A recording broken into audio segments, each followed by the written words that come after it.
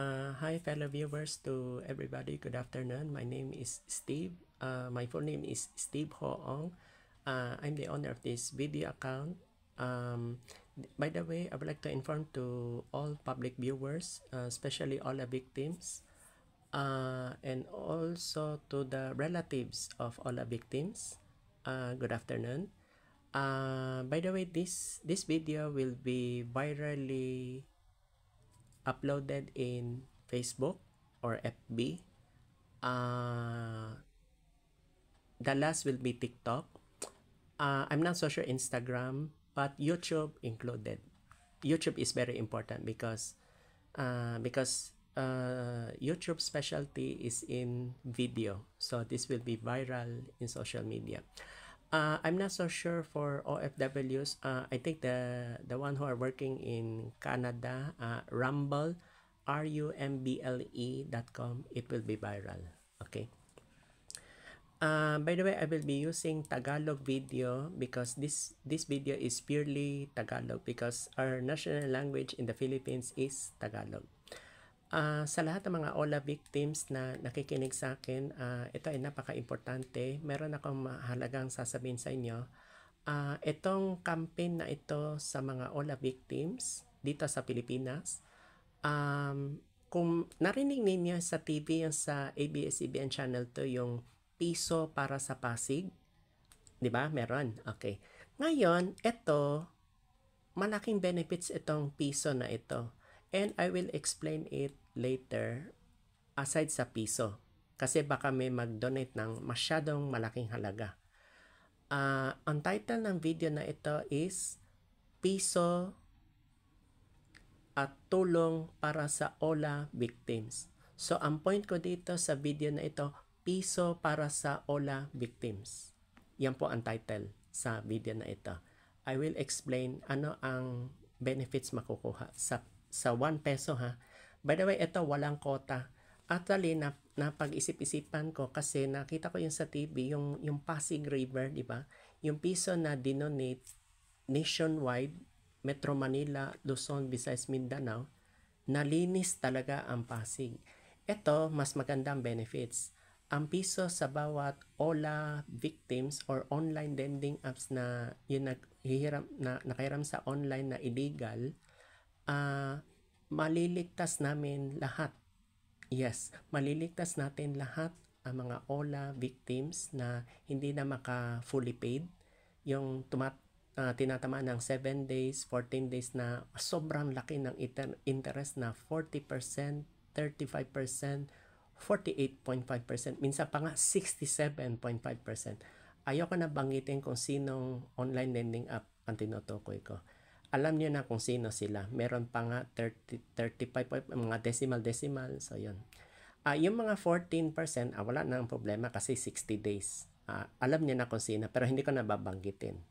Ang point ko dito sa video na ito is yung maka-fully paid, pero hindi na sila pwede mag-reloan sa mga illegal kasi na sila past due, na bad record. So, yun po ang aking kuan. By the way, ano ang kagandaan sa piso para sa OLA victims? Magandang tanong yan. Meron bang target amount na hinahabol para sa OLA victims? Actually, pag ito umabot ng more than, ito makinig mga viewers, pag ito umabot ng 1 trillion trillion hindi billion, trillion pesos, lahat ng utang nila sa illegal online lending apps, paid na sila, at yung iba nga nagsasangla pa nga sa alahas para lang makabayad sa interest. Yung extension, di ba? Ang extension, di ba, may 7 days, 14 days, meron pa nga 10 days. Meron isa, narinig ko, 28. Yun ang binabayad nila. So, ang ginamit nila, yung pagprenta sa alahas, yun ang pabayad. Ibig sabihin, hindi pa sila cleared. Umabot ng 1 year. Kaya ganun ang nangyari sa mga OLA victims. Kaya ang mga biktima naghihirap. So, yun po. Yung iba nagpakamatay, so hindi na namin ma-save.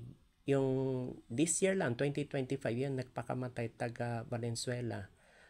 Anti-OLA advocate, lalaki. Hindi ko siya pa nakausap, namatay na. Hindi ko lang siya nakausap. Kahit sandali lang. Sayang. Pero yung may pakana, nahuli. July 15, 2025. So, yun. So, yun na po ang lesson na learn namin. So, napag-isip-isip ko na itong title na ito magiging viral sa social media. Piso para sa OLA victims. Okay.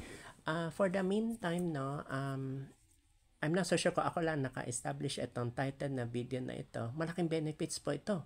Kasi sa OLA victims, pag na-save sila, free na sila. So, yun ang kuha namin.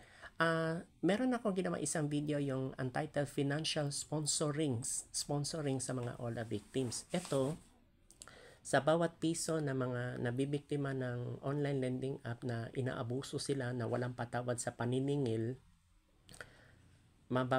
makakalabas na sila sa utang. Pero hindi na sila pwede bumalik kasi na-save na sila eh. Kumbaga sa alahas, nalukat na, hindi na sila pwede magprenda. Ganon. Ang alahas, pwede pa maprenda kasi pwede pa mag-renew. At least 30 days. Pero yung 7 days, 14 days, 40%, patay ang victim. So, yun. By the way, for the meantime, ito, makinig po kayo sa akin mga viewers. Ang tinatanggap kong payments ay AUB or Asia United Bank at PS Bank, Philippine Savings Bank. Itong dalawang bangko na tinutukoy ko ay walang interbranch fee.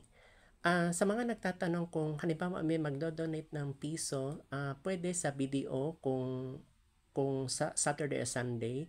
Hindi ko ilalagay diyan sa description. Tumatanggap ako ng GCash at Paymaya under my name.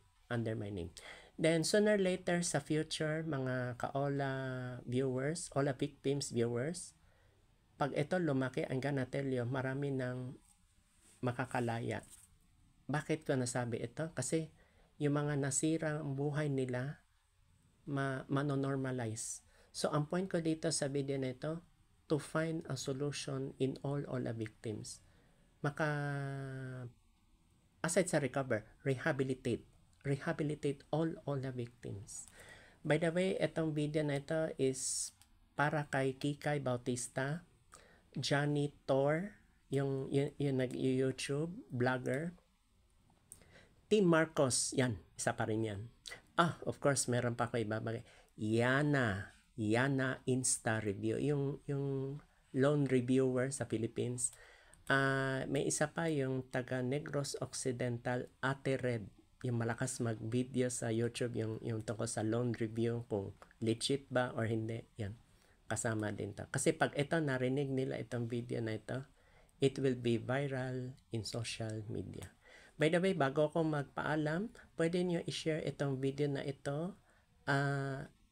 Lalabas dito sa Facebook, iba pa yung sa Rumble, iba pa yung sa I'm not so sure lang yung basta last ang TikTok. Instagram, I'm not so sure. It will be viral in social media. So, itong title na ito is Piso para sa mga OLA victims. This video established, it will be effective September 20, 2025. Itong title na ito. Thank you so much for listening to all viewers. Good afternoon.